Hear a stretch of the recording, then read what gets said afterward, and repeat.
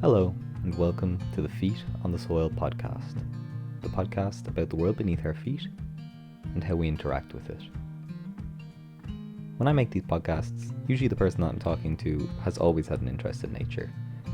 They've grown up in it, they've chosen a career that brings them closer to nature, and in general, the people who I communicate with, who listen to this podcast, and just the people that I end up meeting on a daily basis, they've all got some sort of involvement in nature, and they always have. One thing that I found especially interesting about today's guest, John Kiberd, was how he described himself as transitioning from a self-proclaimed environmental thug to someone who's making one of the most noticeable differences to biodiversity in the urban landscape of South Dublin. John worked in a career that had little or nothing to do with the environment for most, if not all, of his life. And while, as we get into in the podcast, he had a childhood spent in the outdoors admiring nature and the little creatures around him, he soon dropped that in favour of big cars and new suits and the more finer things in life, if that's what you want to believe. But in more recent times, John has founded somewhat of a movement in the stepping stone forest. These are small forests that are planted using a method called the Miyawaki method. I'll give a brief description now, but I think John does a much better job at describing exactly what this is. You're essentially taking a small area of prepared land that's been covered with a covering of either cardboard or some other material, and then mulch, and you're planting incredibly dense, biodiverse trees. So trees at 3 to 5 whips per square metre, and up to 20 trees in a very small space. It could be 12 by 6 metres.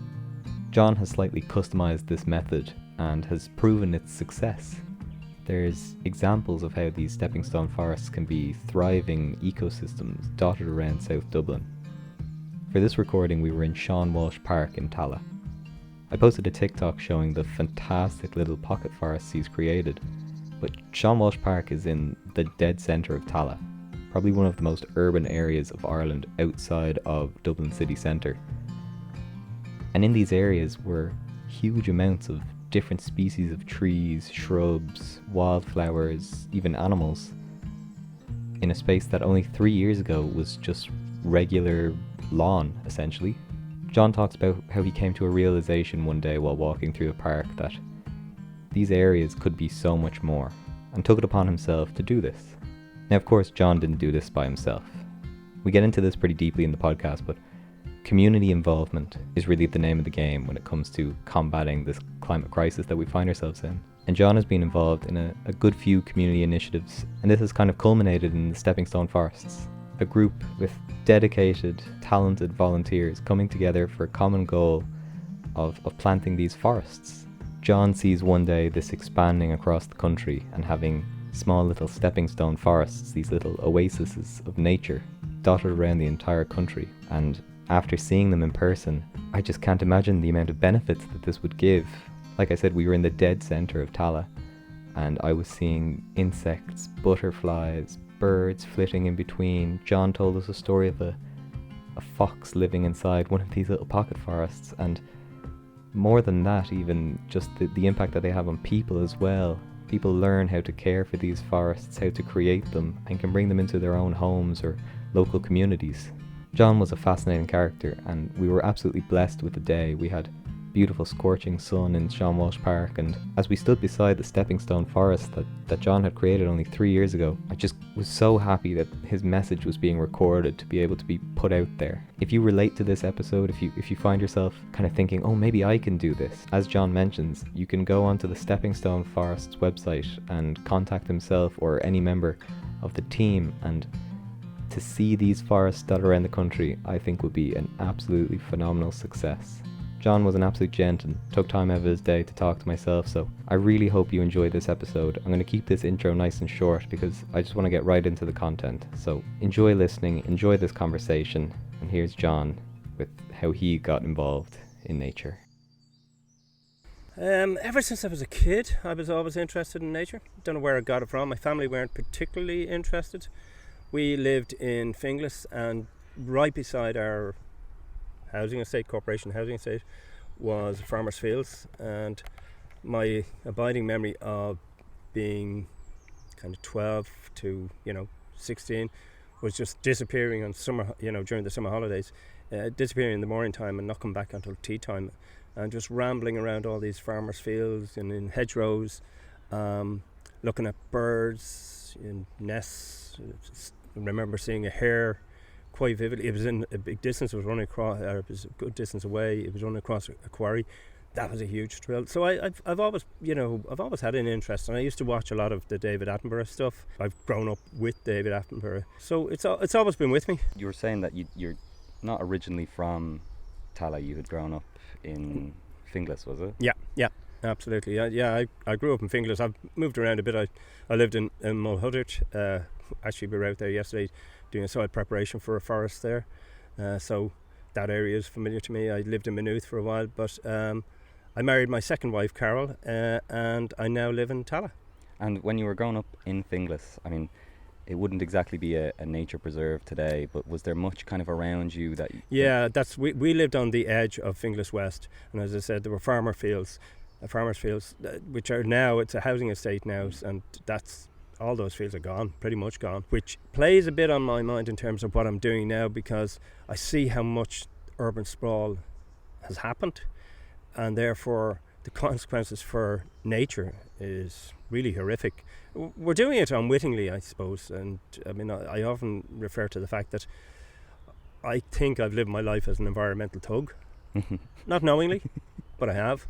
So it was during COVID, I kind of was doing a lot of research, and I said, I really should try and give something back, try and restore and repair some of the damage that I've kind of contributed to and caused directly.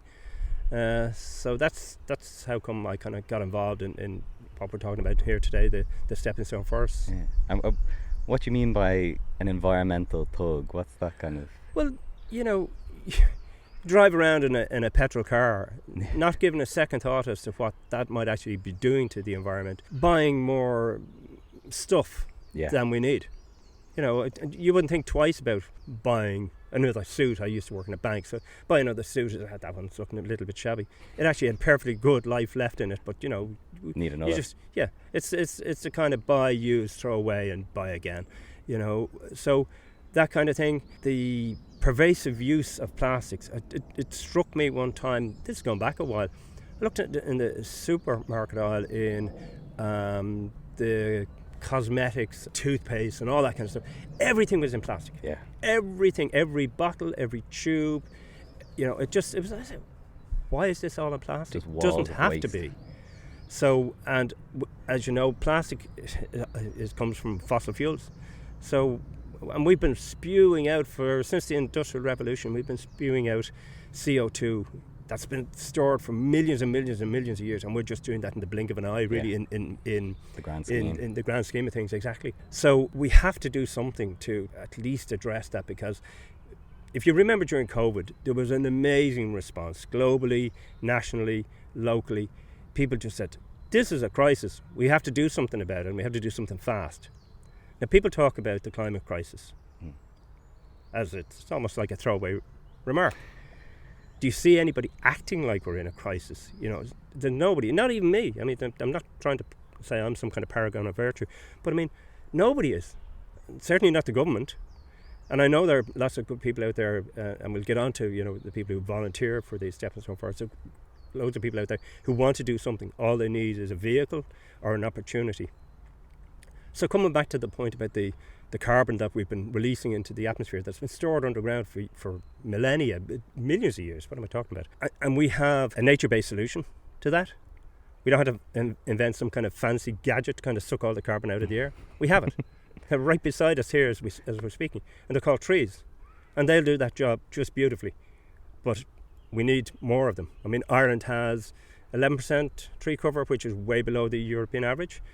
Of that, only 2%, maybe less than 2% is native. What we have in spades, and luckily, in South County Dublin, where we are now, is lots of rolling green landscape of grass, and grass that you constantly mow, as you're probably well aware, is a green desert. It has, from a biodiversity value, it has almost none. Same as a car park. Yeah, absolutely. And so we've been trained to think that's very appealing to the eye and it looks great, but it's doing shag all for our environment. And if we could just give up a bit of it, not too, I'm not asking for the whole lot, just transform some of it, and we'll be a lot better off. Our wildlife will be a hell of a lot better off. The planet will be better off. So it's just, it's a no-brainer to me. I just don't know why people and organisations, local authorities, and in fairness to South Dublin County Council, they are moving along quite nicely on this one. But the government, the quilchers of this world, stop planting Sitka spruce. Yeah. They're not forests. They're plantations. They're crops. factories, And there's no point in saying otherwise. What we have beside us here in Sean Walsh Park are real mini forests. And 2 years and 8 months old. What we're looking at, obviously your listeners can't see it. Yeah, but if they want to see it, pictures. come and join me in Sean Walsh Park, and I'll give you the tour. And this is how quickly it was done. 2 years, less than 3 years, we've done that. Like you said, you've kind of gone from this environmental thug, and it was during COVID. The forests that we're talking about were planted by your kind of organisation, Stepping Stone Forests. So could you give us, if someone had never heard of Stepping Stone Forests, what would be your kind of introduction to your group? There isn't actually a Stepping Stone Forest group per se. It's Stepping Stone Forest is a method of creating mini woodlands really, really quickly. And it's inspired by a Japanese botanist who's no longer with us, called Akira Miyawaki. And I discovered his method through a TED talk that was being delivered by Shibendu Sharma, who lives in Kerala in India. And he was describing this method that I'd never heard of before. And I said, that's really, really interesting. And he trialed it himself in his own garden. And he was, stunned by the results. And he had interned with Miyawaki. So he's now on a kind of a crusade to sell the Miyawaki method across the world. And he's brought it back into Europe, which is kind of ironic because Miyawaki trained in Germany, and then went back to Japan to use the method that he had honed in Europe to help the Japanese government with their flood defences. And then via Kerala in India, it came back into the Netherlands. Yeah. And now Miyawaki forests are being planted all over the world. So I think I said to you earlier on, our method is inspired by Miyawaki. We don't follow it slavishly, because I was given some really good advice when I was first doing my research on this by a local horticulturist. I might as well name her, Rachel Geary. She's a wonderful woman. She said, John, this is Ireland. You want to be very unlucky to find a patch of ground where trees won't grow. Trees grow really well in Ireland. Just we're not very good at planting trees. Yeah. So we do a kind of a type of soil preparation which is non-invasive. We don't dig the soil. We obviously have to dig it to a point to get the trees into the ground, but we don't dig the whole plot of land in advance of it. Some advocates of Miyawaki do. Our preparation is basically put down layers of cardboard, cover it in mulch, leave it for about 6 months. The one that we have here, because of COVID, we were blown off course. We had to wait another 6 months because we only plant during the bare root planting season, which is when the trees are dormant. So that's basically from November to mid-March. So we missed that window in the previous March, and we had to wait until the November. So this was planted in 27th of November 2022. So it had almost a year of preparation, where the soil was just covered up with the cardboard and the mulch. That basically suppresses any competition from any other vegetation. We come in, we plant the bare root trees, which are just whips, small, like a little branch with a feathery roots on the end of it. And we plant them really close together, 3 per square metre. And then we pretty much left nature to do its thing. And again, your listeners can't hear, I can't see the product of this, but some of these trees have to be 15 feet tall. It's insane. As you commented when we were coming up to it, you couldn't get into that. It's so dense, so the method works. There's unquestionably it works. So coming back to your original question, we don't have an organisation, we have a method. That's what Stepping Stone Forests are. But to plant a forest like this, or the ones that we do in schools, you need volunteers. And I'm part of a wonderful organisation called Dodder Action Group, whose main remit is to protect the Dodder and its environment and tributaries. So this is White Sound Stream on the other side of the forest. So that's part of it feeds into the Dodder.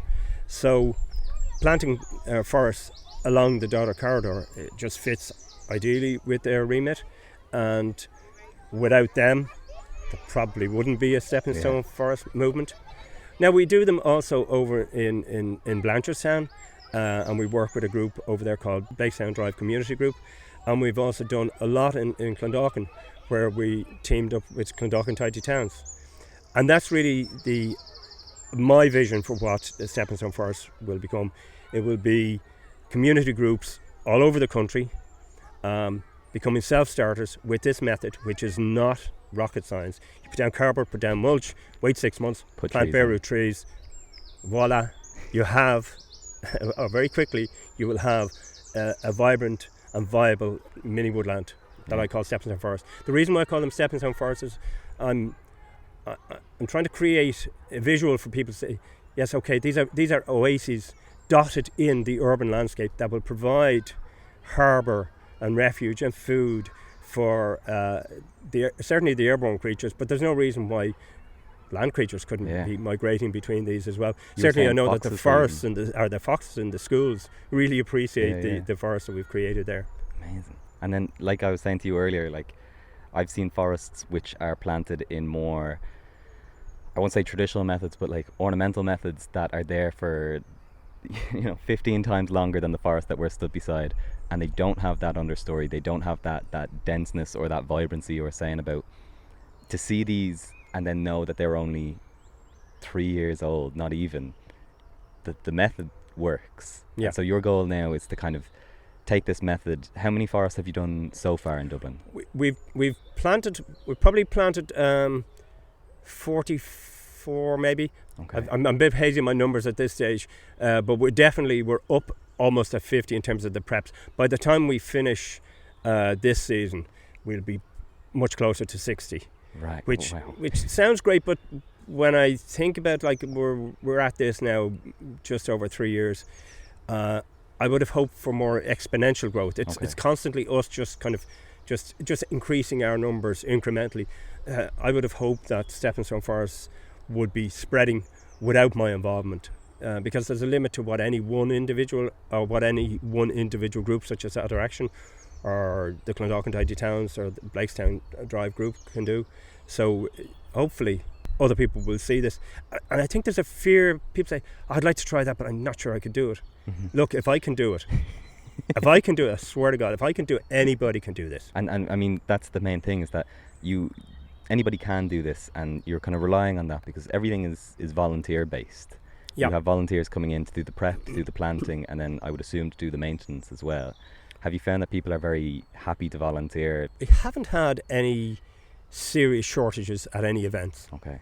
I'd have to honestly say that there was one, and that was just a confluence of unfortunate events where we were a little bit short, but we always get the job done. And when you're in the schools, you have a ready-made workforce, albeit they may be a little bit disorganised, but probably no more disorganised than I was on the very first one. Yeah. So volunteers. It's the bedrock, and that. Sorry, to kind of look at it differently.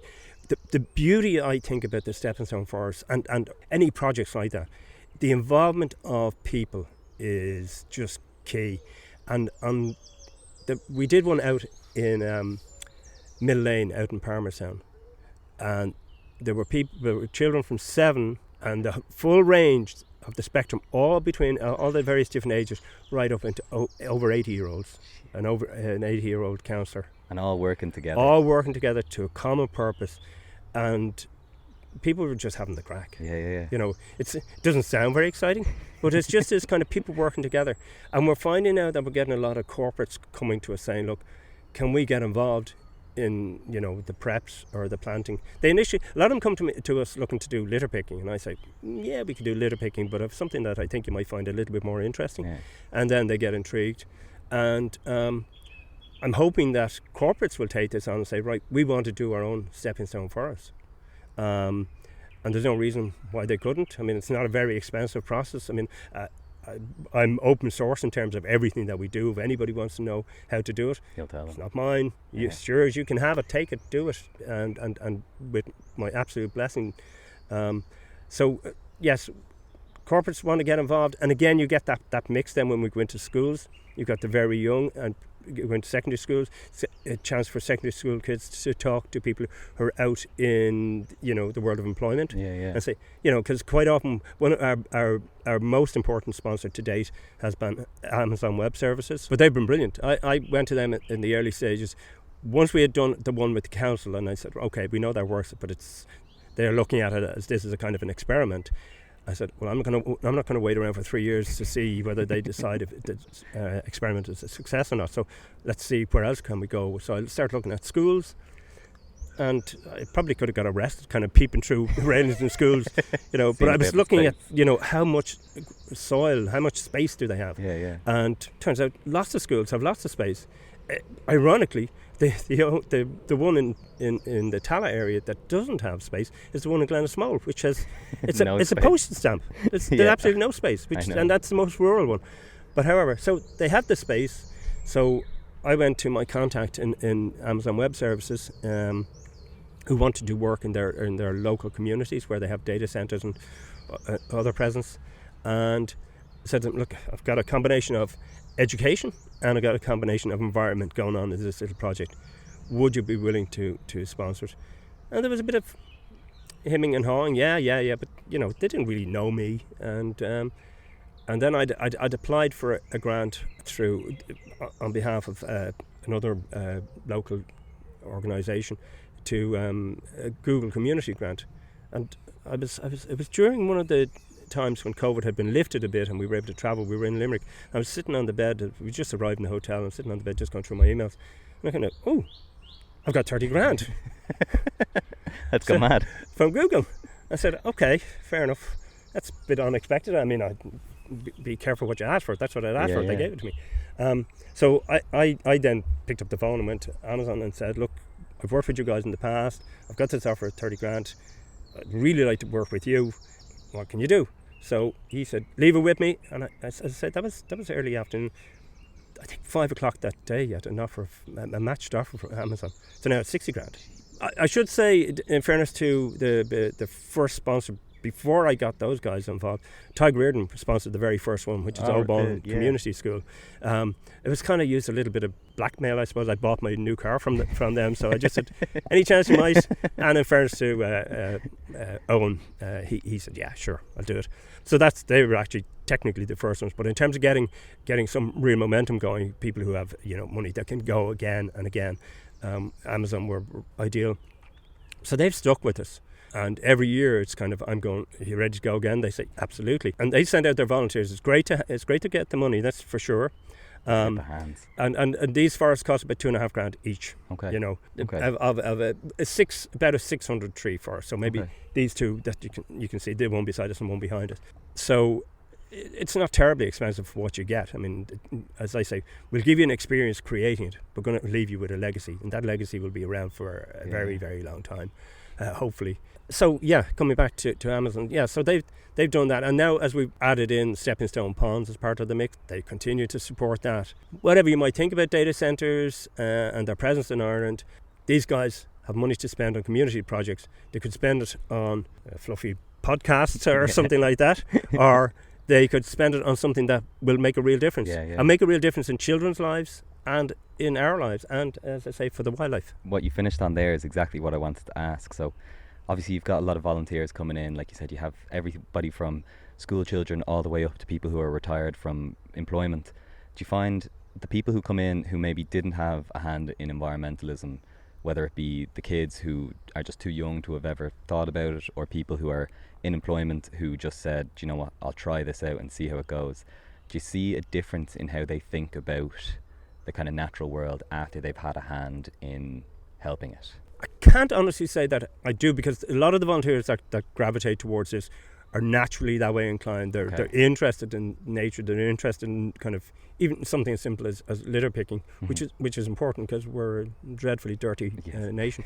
But the people that I get to interact with on a regular basis, they were already that way inclined. As to whether we make an influence or have an impact on, say, the corporate volunteers who come out or with the children, I don't know. I'd need to go back and ask. But we use every event as a way of trying to reinforce the message that we're in a climate crisis. Yeah. You know, trees are a really, really cheap and easy way to absorb the carbon that we've released over the last 200 years. So we reinforce that message, and hopefully we make the experience enjoyable for them. They have a bit of crack, and when you've come away from having maybe being part of a group that planted 600 trees, there has to be some level of satisfaction in that. Even the prep phase, which we did one yesterday, and the guys, we were in a drug rehabilitation centre, and so these were tough enough guys, going through a tough period in their lives, but you could just see this made a difference to them at that moment, that point in time. And even the visual of when we put down the mulch, we do them in a kind of a horseshoe shape. They kind of look and say, wow, we've transformed that barren bit of grass into something that we know in 6 months' time will be sprouting trees. Yeah. The direct answer to your question, I can't say for sure, but I certainly hope that we must have influenced some people somewhere along the way. You were saying that this kind of area that we're at the moment, you're kind of walking your dogs here every day, you're passing by it every day, and you're seeing the development of this forest. It's not been here especially long, but the difference is huge. I'm looking inside at the moment, and I'm seeing insects, and there's been butterflies flying around all day. Do you feel a sense of real kind of fulfillment from this as you walk past and see the kind of physical difference that yourself and the volunteers have made? Yeah, for sure. It was the September before last. It was about 10 o'clock in the morning. I was walking Alex. That's my dog. He's a boxer. And I knew he was getting excited about something. Right in front of us, a fox walked out of this little woodland here and strolled across, took a look at us, wasn't too bothered, and went into the much more mature one, which is 30 years old. And, it's not much taller. So that was a real kind of, oh, wow, okay. That's success. Yeah. And every day, as I say, I patrol them every day, but it just happens to be the route that I'd be walking my dog. The amount of interaction between the more mature forest and the new mini woodlands, there's birds flitting backwards and forwards. I'd be pretty sure that these are so dense that something has nested in it this season, maybe not last season, and definitely in future seasons there'll be stuff in there. So yeah, it really is heartwarming for me. There's a tremendous sense of satisfaction, and in that there's a motivation to just keep going as much or for as long as I can. I'll be 65 in September. I don't know how many more of these I can do, but I'll keep going. One of our oldest volunteers in Daughter Action, I better not tell her age, I think she's 74. Cara, I hope you didn't hear that. And she's just relentless, just can't. She's a force that just can't be stopped, And none of us are spring chickens. I mean, there's, we're because of, I don't know, whatever it is. Maybe it's something that was in the age group, but a lot of us would be in our 60s and 70s, but it's really to try and get younger cohort coming through. And I know people have time constraints, and it's easier for me because I'm retired. But it would be helpful if that could happen. And that's part of the thing about going into the schools. Educate the kids, let them see how easy it is, try and explain to them the benefit and the importance of it. And hopefully they'll have a healthy respect for trees, that when they're in a park like this, that they're not trashing trees. You stick a single tree into the ground with a stake on it, and that you might as well paint a bullseye on it. These ones look insignificant until they're not, and then people, oh, where did that come from? But as far as I can see, and we've done a number in public grounds at this stage, in public parks, I don't think we're suffering any significant level of vandalism. Nothing that's obvious anyway. Anyway, sorry, I've kind of rambled a bit there. That's great. And I wanted to ask as well, what you were saying there about the groups that you're involved in, the likes of the Daughter Action Group.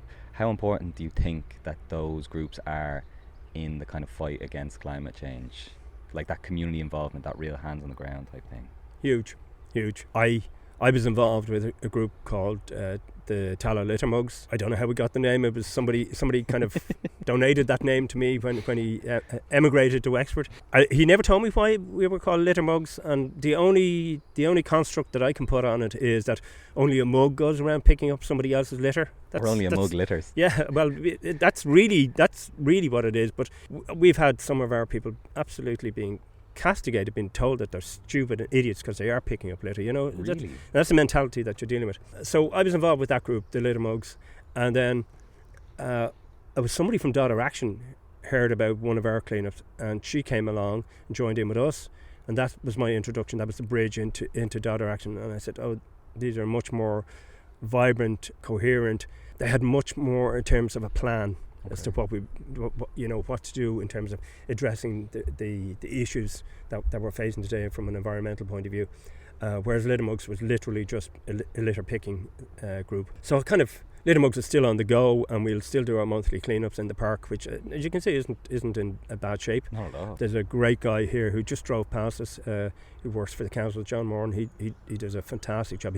I call him the Lone Ranger because he's the only permanent staff member that's here, and he does a great job keeping it looking spick and span. But so I kind of then obviously graduated towards Daughter Action, and I mentioned that we'd applied for money through another local group. I think the fact that I wanted to take it outside of Tallaght didn't fit with their remit, perhaps. So when I needed to find another support group, if you like, I immediately went to Daughter Action and said, look, will you adopt the Stepping Stone Forest project? I think I had 2 sentences out of me, and they said, yeah, we're on board. and that's the kind of people that are inhabit Daughter Action. So groups like that, of course, are really important. If you want to know what kind of impact can they have, you know about the new bottle return scheme, and can return scheme. Daughter Action were the first group to advocate for that. Okay, I didn't know that. I don't know how long ago, it was before my time. They advocated because they were aware it was working in Norway. I think it was very successfully.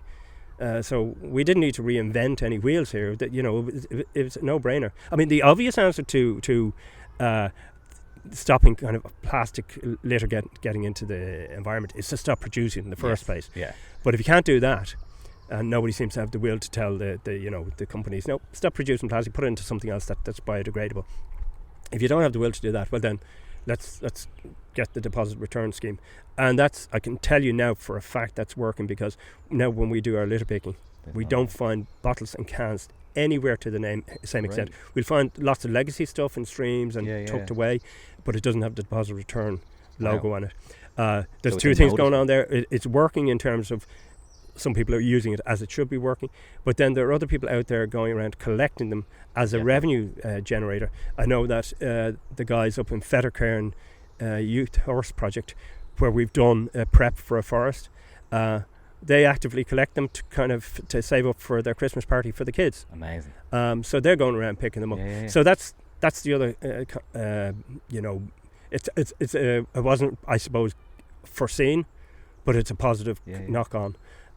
So coming back to your question, Daughter Action, there's another great group that we've collaborated with there recently, the Friends of the Camak, there's Friends of Timon. All these groups are all out there doing their bit. They just don't get enough support. Now, again, I go back to my involvement with South Dublin County Council. I have nothing but praise for the direction they're taking, the support they've given me, who, I was just some randomer kind of coming to them with this notion. But I think more support could be given nationally, locally, to groups like the ones that I've mentioned, because they have the passion. Of course. And they have the volunteers. And they have the knowledge most of the time, as well, of the local area and the environment. Undoubtedly. I mean, I would not in any way suggest that I'm some kind of an expert. I mean, I still struggle to identify some of the trees, and God knows I've planted enough of them. But I know what works. Yeah. Common sense and the evidence of my own eyes tells me this is working. Yeah. And if we could just replicate it again and again and again, we'd begin to make a serious dent in some of the issues that are confronting us. You were saying that you kind of wanted to bring stepping stones out as almost a format, so it could be replicated around the country. What would be your advice to someone looking to create their own stepping stone forest in their local school, their local park, their local GAA club, whatever it might be? What do you think is the best starting point for that? I'm open to anybody that wants to contact me. As I said, open source. If you want to know, I'll help you as best I can. Better that you do it yourself rather than me being there, because I can't be everywhere, or Daughter Action can't be everywhere. But I'd say try it. Just try it once. Small scale. You don't have to go with 600. You could do 50. Put down a layer of cardboard. You don't overdo the layer of cardboard. It's not too thick because you'll have problems when you come back to try and plant. Put down a layer of cardboard, one single layer. So that'll suppress any competition from any existing vegetation. By the way, pick a green lawn area. Don't pick something that's already a habitat. If something is providing some support for our biodiversity, don't do that. Your ideal thing is a green patch of grass that's constantly being mowed. So put down your cardboard, one layer, cover that with about 5 to 6 centimetres of wood chip mulch. Quite often your local county council will supply that to you for free, especially if you're a school. And then wait 6 months. Go buy the trees in your local nursery. Hopefully they will be of Irish origin. Ideally. Native Irish trees grown in Ireland of Irish stock. And that's me preaching something that I can't stick to myself all the time, but that's the best. But even on a small scale, you can collect your own seeds or cuttings and grow your own. Collect local seeds, that'd be ideal. I mean, that would be something, if the schools could do that, they could actually make this project a more holistic project. Yeah. Go collect seed, grow it, get the kids to grow it. Then when they're kind of getting to a stage where they can go into the ground, that's, you do your prep.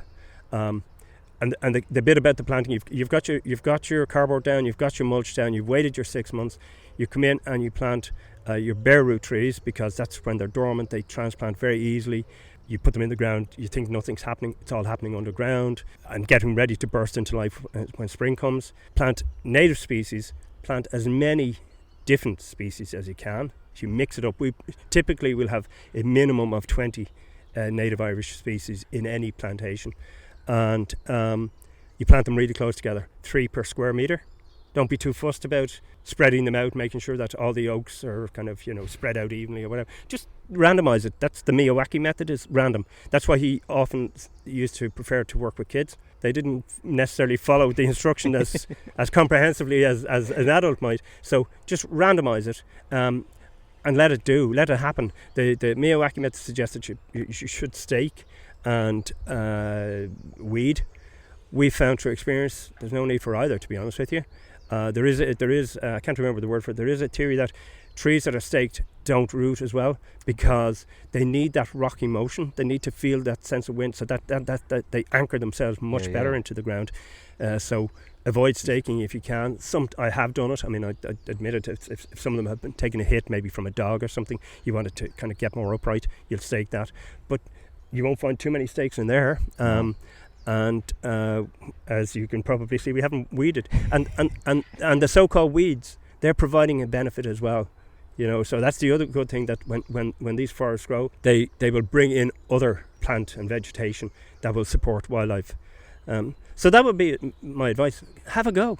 Yeah. Have a go. Do it small scale if you're daunted, a little bit daunted, but just have a go and then get comfortable with the method, and then rinse and repeat. Yeah, and if you can, try and come out and see the ones that you have done, because to see this and to know that it's only less than 3 years of growth, I think it fills you with a bit of hope, because you know that you too could have what is here. Yeah. Like if I had this in 3 years, I'd be ecstatic. Like, do you know what I mean? In my local park or my local school or whatever it might be, it's just beautiful to look at. Yeah, absolutely, and far more interesting than that patch of green grass that we replaced replaced. So it's and I mean, even if again the listeners can't see the rose hips that are right beside us, and they're ripening up in the sunshine. I mean, just far more interesting than a few blades of grass. Let's be honest about it. And the other thing is, if people want the comfort of talking to somebody who's done it, you can contact me through steppingstoneforest.org. Just go onto the website. There's no dashes, no nothing. It's all continuous. Stepping Stone Forests, that's plural. The stone is singular. .org, and my contact details are there. And if anybody wants to contact me, I'll be more than happy to help. Perfect. And then the question that we always finish up on. How much you're going to pay me? No, no fee. All right. The question we always finish up with is a very simple one, but it's, what is your favorite place at the moment in nature? And I always say you can pick something as specific as You could give us geographic coordinates if you want, or it can just be an ecosystem, so the ocean, the forest, the hills, anything. But what is your favourite place right now in nature? It has to be the ones I've partly created with my colleagues in Dada Action and in other parts of Dublin. I just love coming back to these forests to see how they're doing. When we're finished here, I'm going back to Oban Community College, which is on the way back from here, because once a month I do a little video recording of it, so I'm charting its progress. I do the same at the one that we're standing beside right now. It's not in my calendar to do it now. And I just love going back and just seeing how it's developing. And interestingly, the one in Oban Community School is not the most impressive one, but it's still thriving, doing well. And so, yeah, that's why I'm a bit of a sado. I kind of just go back and kind of stalk my old forests. That's great. Thank you very much, John, for coming on. Yeah, you said that your website, steppingstonesforest.org or steppingstoneforest.org, correct, is the best way to contact you. You also have an Instagram and a Facebook presence. Yeah. I'm a little bit disorganized, but yeah, there is a Stepping Stone Forest Facebook and Instagram. I'm not great on Instagram, but Facebook you'll definitely get. Here's a weird thing now. On Facebook, I'm known as John Littermug. Okay. And not that I chose that. I mean, people, even my wife calls me John Littermug now at this stage, because I had it set up. This was in the early days. I had no idea what Facebook was all about, and so I set it up as the first name was Litter, and the second name was Mugs. Mm-hmm. And I'd got loads of followers. Well, relatively speaking, and I didn't want to lose them. So when Google contacted me and said, or when Facebook contacted me and said, that's not a real person's name. Come and identify yourself, verify who you are. So I said, how do I get out of this one and still retain the account? So I just became John, my first name. Littermug, Sean Littermug was the second name, and I sent them in some ID, and they bought it. So I've kind of morphed from John Kiberd, which is my real name, to John Littermug. And if you want to see everything that we do, and we make little kind of YouTube clips of all of these events, there's a stack of them up on YouTube. So if you want to see those, if you want to see what's involved in the process, yeah, absolutely, go to the YouTube channel. And again, that's John Littermug. Okay. Or is it Littermugs? I don't know. You'll find it anyways. I'll link it in the... search for Stepping Stone Forest and you'll find it in YouTube. And they're all there. And you see how easy it is. You see the decrepit nature of me and the rest of the volunteers, and yet we're still able to do it. So everybody can. Thank you very much, John. You're welcome, Craig. Thanks for your interest. No problem. And thank you everybody for listening, and try and get outside today.